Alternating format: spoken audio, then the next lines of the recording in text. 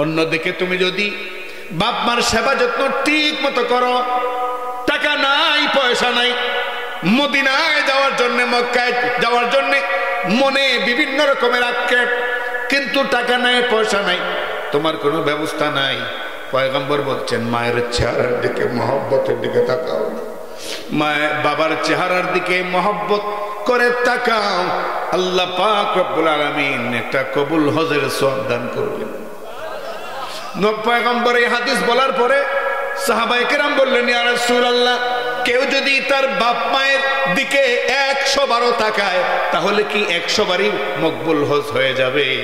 পয়গম্বর আলাইহিস সালাম বলেন, তাই তাই তাই, কারণ আল্লাহর দরবারে কোনো অভাব না। বন্ধুরা আমার, বর্তমান সময়ে যুবকদের বড় একটা অংশ হতাশার মধ্যে, ঠিক কিনা বলুন? দেশেও কাজ করতে পারে না, দেশেও কাজ পায় না, বিদেশে যাওয়ার জন্য পাগল, কিন্তু যোগান হয় না, যাওয়ার ব্যবস্থা হয় না, অশান্তি অশান্তি অশান্তি।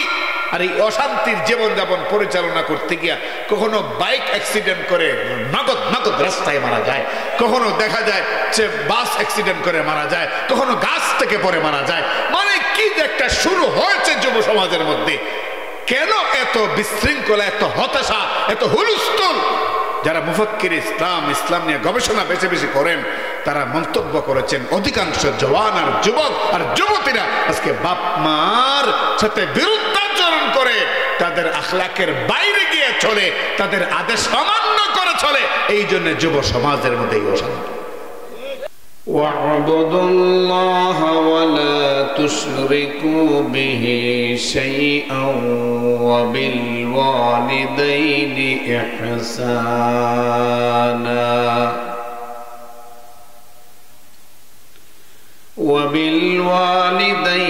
إحسانا وبذي القربى واليتامى والمساكين والجار ذي القربى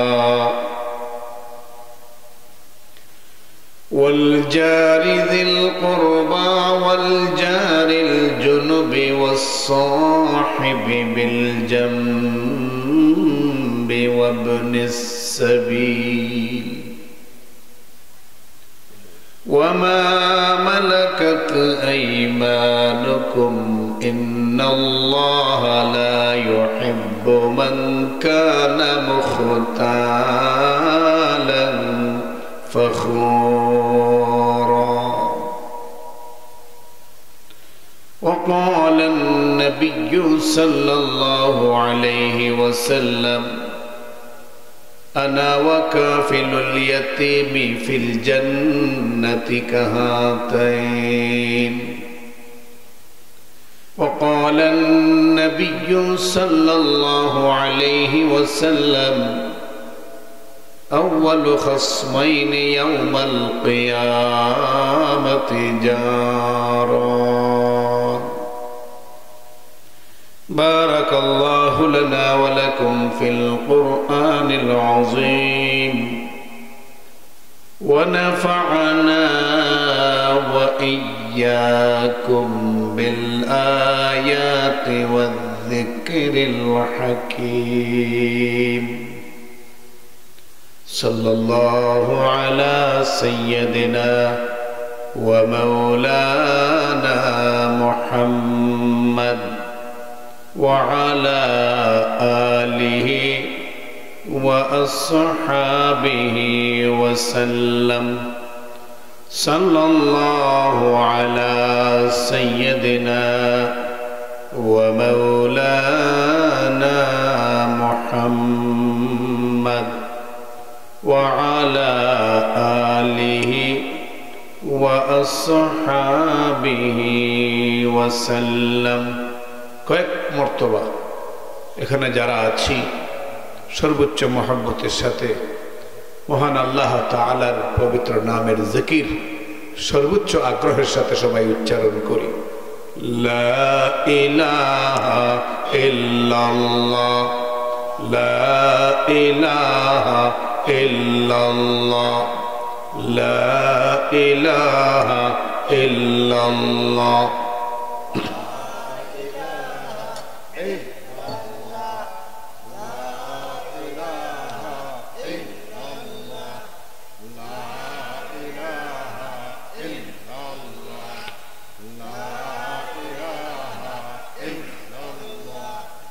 لا إله إلا الله لا إله إلا الله لا إله إلا الله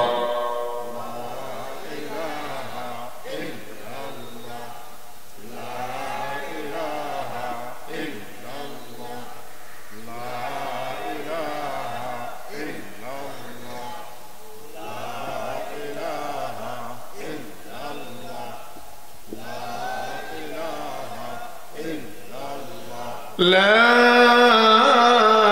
إله إلا الله محمد رسول الله صلى الله عليه وسلم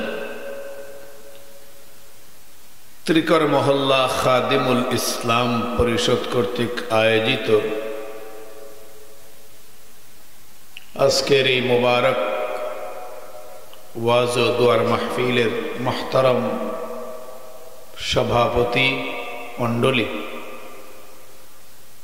দিগার হযরত ও উলামায়ে কেরাম, আইম্মায়ে মাসাজিদ, মুরব্বিয়ানে আযাম, প্রিয় যুবক ভাইয়েরা এবং পর্দার আড়ালের নেককার মা ও বোনেরা, মহান আল্লাহ তাআলার দরবারে শুকর আদায় করছি, যিনি রমজানের আগ মুহূর্তে পবিত্র এই শাবানের চাঁদে শবে বরাত ও রমজানের মাঝামাঝি মুহূর্তে কোরআনুল কারীমের কিছু কথা বলার জন্যে আর বোঝার জন্যে এবং সে অনুযায়ী আমল করার অঙ্গীকার নিয়ে এখানে এতক্ষণ পর্যন্ত বসার তৌফিক দিয়েছেন, যে আল্লাহ তার শুকর আদায় করে সবাই বলি আলহামদুলিল্লাহ।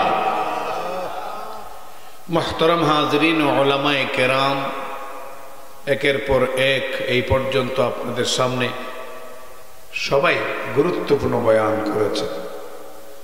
এখন রাত প্রায় 12টার কাছাকাছি, 7 মিনিট কম 12টা। আপনারা সারাদিন কর্মব্যস্ততার মধ্যে ছিলেন, আবার সামনে রমজান ও একটা মানসিক প্রস্তুতিরও ব্যাপার আছে। সব কিছু মিলিয়ে খুব লম্বা টাইম আলোচনা করা একেবারেই বেমুনাসিব হবে। এই জন্যে সংক্ষিপ্ত আকারে অত্যন্ত গুরুত্বপূর্ণ কিছু কথা আপনাদের সামনে রাখতে চাই, যদি আপনারা অনুমতি প্রদান করেন। সবাই রাজি আছেন তো? তো ইনশাল্লাহটা সবাই বললে সুন্দর লাগে। ইনশাআল্লাহ। ঘুমাইস না? মুহতারাম হাজিরিন, সামনে রমজান মাস, সোয়াব উৎপাদনের মাস, সোয়াব উৎপাদনের মাস। ব্যবসায়ীরা ব্যবসার মৌসুমটাকে সামনে রেখে খুব গুরুত্বের সাথে কাজ করে যে মৌসুম ধরতে হবে। আল্লাহ পাকও মানুষকে, মুমিন বান্দাদেরকে 12 মাসের মধ্যে 11 মাসের হিসাব রাখছেন একরকম, আর 1 মাসের হিসাব রাখছেন আরেক রকম। ওই 1 মাস হলো রমজান। এই 1 মাসে আল্লাহ পাক রব্বুল আলামিন বহু প্যাকেজ, বহু প্রজেক্ট মুমিন বান্দাদের জন্য উন্মুক্ত করে দেন। বান্দারা যে যেভাবে পারে, কম হইল আল্লাহ পাক এর ফজিলত বাড়ায় দেন অনেক বেশি। তো আমার আগে যিনি বয়ান করেছেন তিনি বলছেন, আপনাদের সামনে শুনছেন আপনারা, যে রমজান মাসে একটা ফরজ আদায় করলে এটা রমজানের বাইরের 70টা ফরজের সমান ওজনদার। মানে রমজানের বাইরে আপনি 70 দিন পর্যন্ত জোহরে নামাজ পড়লেন জামাতের সাথে, 70 দিন, তার মানে প্রায় 2.5 মাস নাকি? অথচ রমজানে একদিনের জোহরের নামাজের ওজন হয়ে যায় এই পরিমাণ। আর একটু মহব্বতের সাথে সুবহানাল্লাহ বলতে ইচ্ছা করে না? আবার দেখেন, একটা নফল আদায় করলে রমজান এটা ফরজ হয়ে যায়। জুমার সালাত যদি আদায় করেন রমজানে একটা, তাহলে রমজানের বাইরে আপনার 70টার সমপরিমাণ। তার মানে রমজানের বাহিরের মাসগুলোতে 70টা জুমার নামাজ, 70 সপ্তাহ জুমার নামাজ আদায় করলে যেই পরিমাণ সওয়াব, রমজানের এক জুমায় এই পরিমাণ সওয়াব। এখন 4টা জুমা যদি হয় এক মাসে, তাহলে হিসাব করে দেখা গেছে 280টা জুমার সালাত আদায় করার সওয়াব হয় মাত্র রমজানের এক মাসের 4 জুমায়। এই মাসটা সামনে আসতেছে, আমরা প্রস্তুতি গ্রহণ করতে রাজি আছি তো ইনশাআল্লাহ? আল্লাহ সকলকে তৌফিক দান করে। মুহতারাম হাজিরিন, আমি আপনাদের খেদমতে পবিত্র কোরআনুল কারীমের একটি আয়াতে কারিমা তেলাওয়াত করেছি, সূরা নিসা থেকে 36 নম্বর আয়াত। আমি খুব সংক্ষেপে, খুব জরুরি কিছু কথা যেটা সমাজের জন্য প্রযোজ্য, এবং আপনারা এই যে রাত জেগে এখানে বসে আছেন, আপনাদের বসাটা যেন কাজে লাগে, এবং যার যার বাড়িতে মোনাজাতের পর যখন যাবেন তখন যেন অন্তত একটা প্রশান্তি নিয়ে যান, যে রাত মানে ঘুম বাদ দিয়ে যে রাত জাগরণ করলাম, মাহফিলে বসে এটা কাজে লাগছে, এইরকম একটা অনুভূতি যেন আপনাদের বাড়িতে ফেরার সময় তৈরি হয়। এই লক্ষ্যে আমি আয়াতটি তেলাওয়াত করেছি। এই আয়াতে মূলত আল্লাহ পাক রব্বুল আলামিন আদর্শ একটা সমাজ, শান্তির একটা সমাজ বা রাষ্ট্র কিংবা বিশ্ব কিভাবে গড়তে হয়, বা আদর্শ একটা পরিবার কিভাবে গড়তে হয়, কোন কোন কর্মসূচি গ্রহণ করলে আদর্শ একটা সমাজ, মহল্লা বা পরিবার বা দেশ বা বিশ্ব গঠন করা সম্ভব হয়, এই আয়াতে আল্লাহ সেই কর্মসূচিগুলো বর্ণনা দিয়েছে। সুবহানাল্লাহ বলেন। খুব মনোযোগের সাথে শুনবেন, আমি বারবারই বলতেছি, খুব লম্বা চওড়া আলোচনা হবে না, সংক্ষিপ্তই, তবে একটু মনোযোগ দিয়ে শুনলে ফায়দা হবে ইনশাআল্লাহ। আল্লাহ পাক বলছেন, ওয়া'বুদুল্লাহা ওয়া লা তুশরিকু বিহি শাইআন ওয়া বিল ওয়ালিদাইনি ইহসানা। তোমরা আদর্শ সমাজ চাও হে দুনিয়ার মানুষ, তোমরা আদর্শ পরিবার চাও। এই কি হয়েছে, আসো কেন? আদর্শ পরিবার চাও, শান্তির পরিবার চাও, তাহলে তোমাদের প্রথম কর্মসূচি ওয়া'বুদুল্লাহ, ইবাদত করতে হবে। কার? একটু মহব্বত বাড়াইয়া দেন। কার? আল্লাহ। শান্তির পরিবার চাও, আদর্শ পরিবার, বাপ মা ভাই বোন চাচা ভাতিজা পাড়া মহল্লার সবাই শান্তির সাথে চলতে চাও, আদর্শ সমাজের অধিকারী হতে চাও, আদর্শ পরিবারের মালিক হতে চাও, তাহলে শোনো, সর্বপ্রথম কর্মসূচি পরিবারের, সমাজের, মহল্লার সবাই আল্লাহ ওয়ালা হয়ে যাও। আদর্শ সমাজ যদি চাও, সত্যিই যদি চাও শান্তির সমাজ, তাহলে ইবাদত গুজার হয়ে যাও, আল্লাহ ওয়ালা হয়ে যাও, ইবাদত করো আল্লাহ, আর শরিক করো না তার সঙ্গে কাউকে, শিরিক করো না, শিরিক মুক্ত ইবাদত করো। কারণ ইবাদত করলে মানুষের চরিত্রে পরিবর্তন আসে। যে ব্যক্তি সত্যি সত্যি ইবাদত গুজার হয়, নামাজি হয়, রোজাদার হয়, নেক আমলকারী হয়, এই লোক কখনো দুর্নীতিবাজ হতে পারে না, এই লোক কখনো বেয়াদব হতে পারে না, এই লোক কখনো ওজনে কম দিতে পারে না, এই লোক কখনো জালেম হতে পারে না, এই লোক কখনো সমাজের মানুষের অশান্তির কারণ হতে পারে না। তো শান্তির সমাজ চাইলে তো এরকম লোক দরকার। হ্যাঁ, তো এইরকম লোক নামাজ ছাড়া হতে পারবে, রোজা ছাড়া হতে পারবে, ইবাদতকারী ছাড়া হতে পারবে? এই জন্য আল্লাহ বলেন 1 নম্বর কর্মসূচি, সত্যি সত্যি আদর্শ সমাজ বা পরিবার যদি চাও, সবাই নামাজি হও, সবাই নামাজি হও, সবাই আল্লাহর ইবাদত করো, আল্লাহর ইবাদত করো।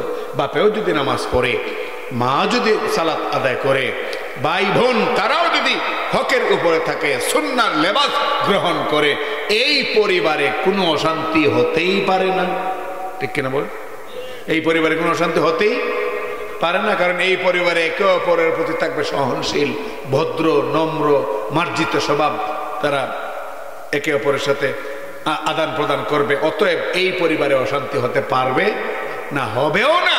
ঠিক এইভাবে যদি একটা মহল্লার সবগুলো পরিবার একই সিস্টেমে, একই নীতিতে যদি বলিষ্ঠ হয়, তাহলে দেখা যাবে একটা গোটা মহল্লার সমাজ সুন্দর হয়ে গেছে।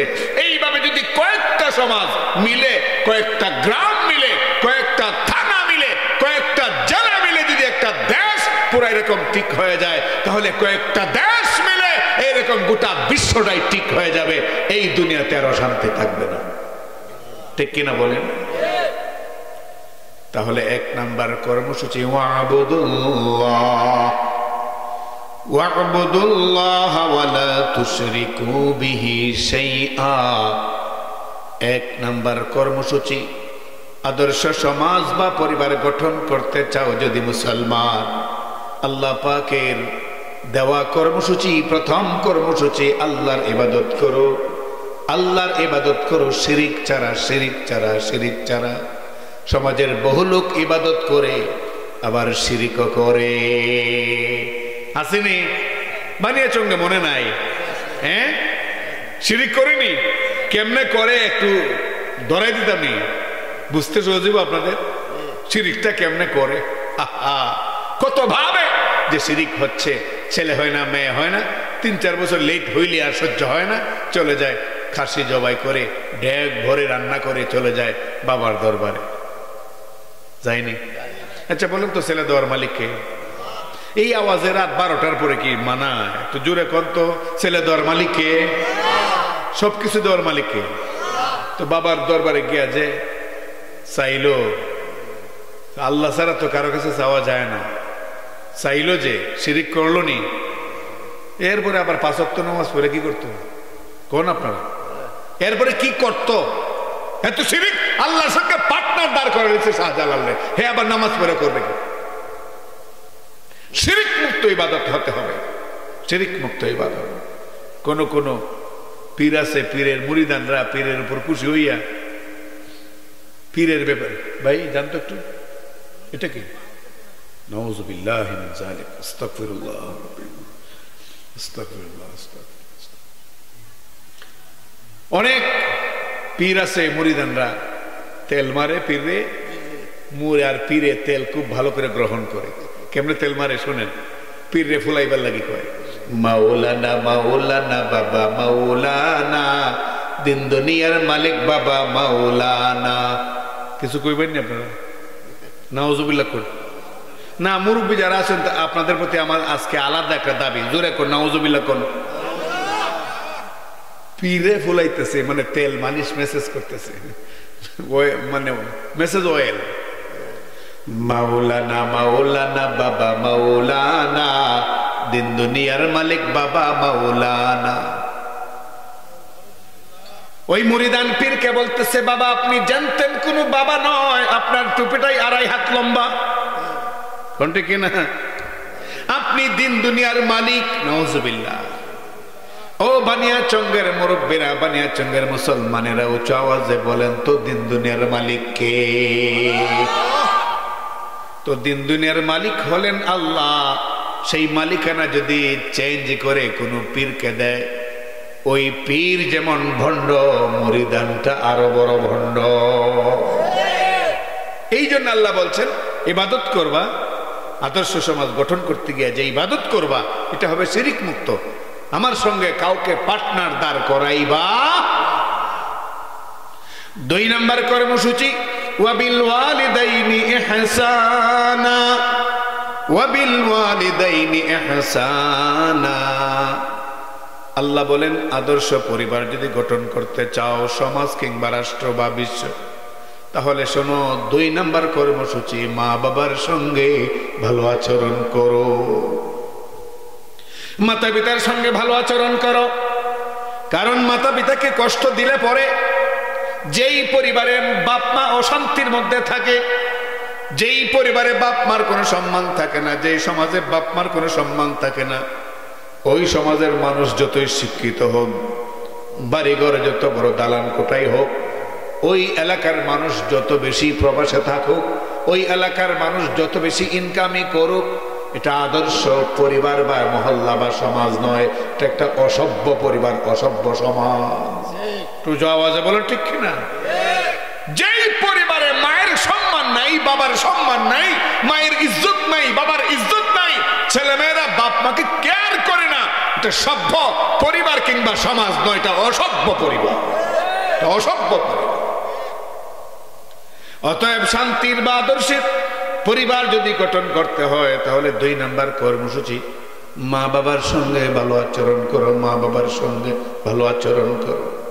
আল্লাহর নবী এক হাদিসের মধ্যে বলেন, হুমা জান্নাতুকা ওয়া নারুক, তোমার মা বাবা তোমার জন্য জান্নাত, তোমার মা বাবা তোমার জন্য জাহান্নাম।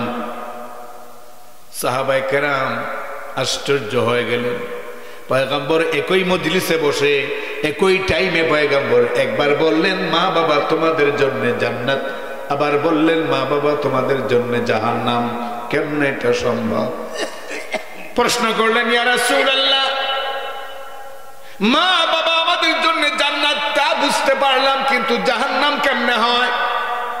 পয়গম্বর আলাইহিস সালাম বললেন, মা বাবার খেদমত যতক্ষণ চালিয়ে যাবে এবং তাদের দোয়া যতক্ষণ পর্যন্ত তোমার পক্ষে থাকবে, ততক্ষণ পর্যন্ত তুমি জান্নাতি বলে আল্লাহর দফতরে লেখা হয়ে যাবে। কিন্তু যখনই তুমি বাপ মার মনে কষ্ট দিয়ে ফেলবে আর বাপ মা তোমাকে বদদুয়া দিয়ে ফেলবে, বাপ মার খেদমত করবে না, তখন তুমি জাহান্নামী হয়ে যাবে। বুঝে থাকলে বলুন, বানিয়াচঙ্গের মুসলমান বাপ মারে কষ্ট দেয় এমন জওয়ান আসেনি? ইয়া আল্লাহ, এত আসতে দেন না।